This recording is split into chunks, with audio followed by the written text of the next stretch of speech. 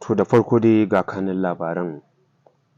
Za ku ji cewa mutane sun fito suna gangami a ainihin Kano da Abuja, wato suna wai murna ko alhini za a ce da mutuwar Baba Buhari, wanda aka fi sani da tsohon shugaban ƙasar Najeriya a 2015. Assalamu alaikum wa rahmatullahi ta'ala wa barakatuhu, barkanmu da wannan lokaci. Sannunmu da sake saduwa da ku a cikin wannan tasha tamu mai albarka.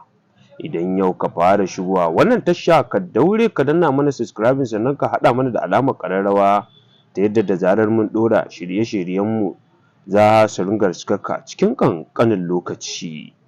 Kamar yadda al'umma suke bayani a game da ainihin rasuwar ma'ana shugaba Buhari, wato tsohon shugaban ƙasa wanda ya shuɗe yanzu haka a shekaran jiya kenan Allah ya masa rasuwa, yanda da yawancin mutane da yara suka fito suna murnar mutuwa Baba Buhari, musamman ma a cikin jihar Kano, bisa yanayin yanda suka fito suna kewaye tituna, lunguna domin Baba Buhari ya mutu, suna kaɗa ganguna.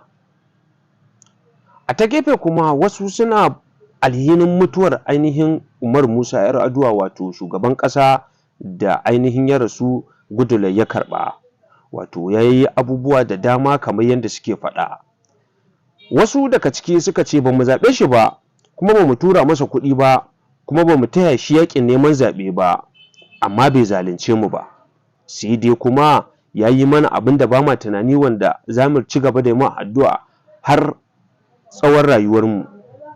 Ya rage mana farashin man fetur, sannan kuma ya rage mana farashin shinkafa, kuma ya samar mana da wutar lantarki, kuma ya samar mana da tsaro.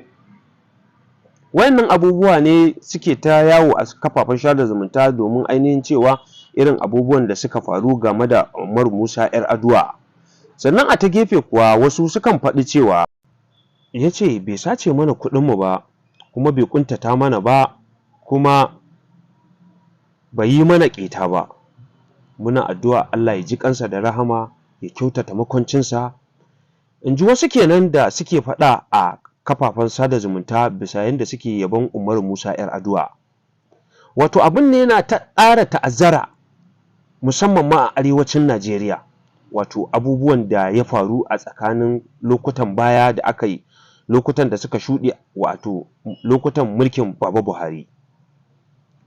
Mu dai abin da za mu ce, Ubangiji Allah ya ji ƙan musulmi kuma ya masa rahama.